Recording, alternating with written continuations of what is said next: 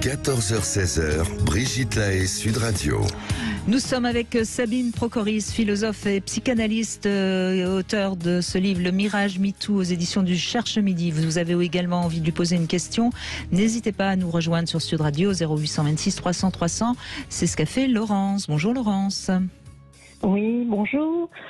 Alors avant de faire des remarques sur les propos qui ont été tenus auxquels j'adhère assez largement, joli lapsus. Oui. Je dois préciser que cette agression visuelle, cette forme de harcèlement, je l'ai connue parce que jeune ado, j'étais dotée d'une très forte poitrine en milieu méditerranéen, donc traverser devant une terrasse de café, c'était être sifflé, c'était bon, voilà. Et ce n'est pas agréable. Non. Effectivement, j'ai appris avec le temps à répondre, et sans doute qu'aujourd'hui, je me sentirais infiniment plus assurée, j'ai 56 ans, que je ne l'étais à l'époque, parce qu'il y a un contexte qui porte les femmes, et MeToo y a contribué. Oui. Mais effectivement, le problème du consentement reste central. Et ne pas consentir à un fantasme, c'est quand même assez compliqué s'il n'est pas réalisé. Donc déjà, moi, le fait que quelqu'un pense en me regardant et un regard qui exprime des choses ne me paraît pas une agression de nature à lancer MeToo à ses trousses. Et ensuite, je crois qu'il est important de revenir à une certaine gradation. Voilà. Là, on fait une espèce d'équivalence entre toutes les formes de communication homme-femme, enfin, d'homme vers les femmes. Donc ça ne me paraît pas du tout sain, d'une part, et d'autre part... Mais c'est-à-dire l'homme n'a plus le droit au moindre écart. Moi, je n'ai pas envie de vivre aux États-Unis où même offrir un verre à une femme peut devenir un problème juridique. Oui. Judiciaire, je veux dire. Oui. Non, moi j'ai envie de garder cette forme de rapport, courtois, d'amour courtois parfois. Voilà. Par ailleurs, effectivement, MeToo a eu un autre avantage, bien qu'il ait maintenant des inconvénients, mais un avantage, c'est de libérer la parole. Et effectivement, je dirais qu'il y avait surtout un problème de lieu de recueil de la parole des femmes agressées, et notamment des plus jeunes femmes. Parce que quand des femmes racontent qu'à 12 ans, elles ont subi ceci, cela, et qu'elles n'ont pas su où aller déposer cette parole, c'est qu'il y a vraiment une carence d'accueil. Et c'est comme ça que des incestes sont révélés bien après, parce qu'en milieu scolaire, il n'y a pas l'endroit... Oui, mais je crois que, Laurence, dans cette émission, on fait suffisamment d'émissions sur les abus et sur l'inceste. Donc, oui. Mais je pense pas que MeToo s'intéresse réellement à ce problème-là, qui est un problème majeur. Hein. Oui, vous avez cité Adèle, c'était quand même un peu c'était pas incestueux, mais c'était un rapport d'ascendant sur mineur. C'est vrai. Donc il faut quand même qu'il y ait un lieu pour déposer en temps et en heure la parole. Voilà. Et là, il y a une vraie, à mon sens, déficience. Maintenant, pour le reste, moi, je veux que les rapports restent courtois et détendus.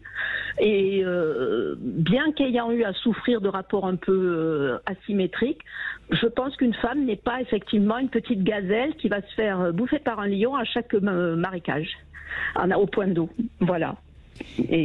Oui, et puis vous l'avez dit, Laurence, et je crois que ça c'est important aussi à le signaler, entre le moment où on a 17-18 ans, où on peut être en effet un petit peu gêné par des regards, etc., et le moment où on se construit en tant que femme et qu'on s'assume, bien sûr qu'il va y avoir aussi des différences.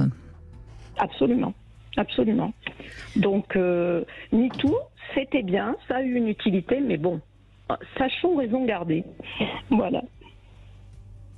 Alors, il y a plusieurs choses, si vous voulez. Bien sûr qu'il peut y avoir une gêne ou un trouble face à un regard. D'ailleurs, je vous signale que ça arrive aussi aux jeunes hommes qui se décomposent devant des jeunes filles. Quelquefois, les garçons, les grands timides, par exemple, faut les écouter, faut voir comment ils sont tout le temps pris dans la crainte du ridicule. C'est difficile aussi, même le premier rapport sexuel pour un jeune homme, c'est pas simple. Après, la question du trouble ou de la gêne qu'on peut ressentir, c'est pas forcément exclusivement lié à ce qu'on ressent comme dans le regard de l'autre, mais à ce que ça éveille en soi-même de quelque chose que l'on refoule, de sa propre sexualité, de sa propre envie de séduire et du fait qu'on ne sait pas trop quoi en faire quand on grandit, quand on est une adolescente, et qu'effectivement c'est un chemin qui se fait. Donc évidemment que c'est important qu'on puisse c'est une chose. Maintenant, la question de la libération de la parole, moi je serais beaucoup plus... Alors bien sûr qu'il faut des lieux d'accueil, etc. Mais quelle parole? Et justement, quand vous parlez de lieux d'accueil, vous avez raison, mais il faut que ce soit cadré. C'est pas la même chose de parler sur un réseau social, comme dans le cas de MeToo, ou sur les médias, ou de parler dans des lieux qui sont ordonnés, organisés pour recueillir justement une certaine parole qui s'adresse dans un certain cadre à des gens qui sont là pour la recueillir et qui est singulière. Moi, ce qui m'a frappé avec MeToo, c'est justement la confusion. C'est-à-dire une sorte, plutôt que d'une libération de la parole, je dirais une sorte de déchaînement d'une parole accusatrice où tout le monde disait moi aussi, sans aucune gradation, entre le regard, le baiser volé et le viol, si vous voulez, on savait plus où on était. Et puis l'autre chose qui n'allait pas, c'est que c'est pas parce qu'on a dit il m'est arrivé ça ou ça que c'est forcément vrai. Donc vous me parlez d'Adèle Haenel, moi je n'en sais rien. Je ne peux pas dire qu'il lui est arrivé quelque chose, surtout quand elle vous explique qu'il ne s'est rien passé parce qu'il n'a rien fait parce que c'était un violeur. Vous voyez, c'est un peu un problème. Donc là, c'était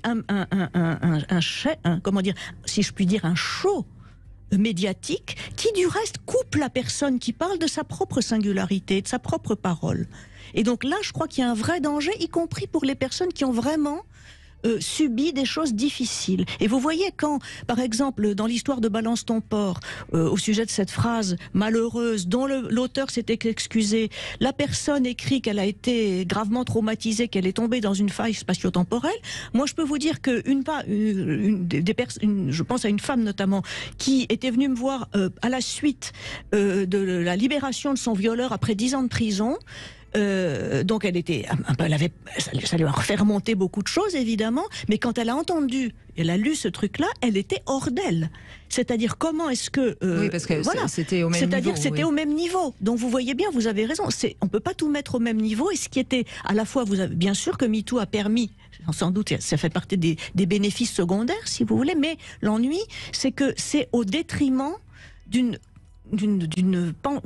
façon d'aborder les choses qui soit claire, qui soit précise et qui envisage les choses au cas par cas. Et on aurait pu espérer qu'il y ait eu justement un calme après la tempête et non, au contraire. C'est en roue libre. Hein. Ça ne fait que s'accélérer. Merci en tout cas Laurence de cet échange. On va faire une petite pause. On va retrouver notre Sexy News Soisic Belin qui va revenir sur la maternité. Tiens.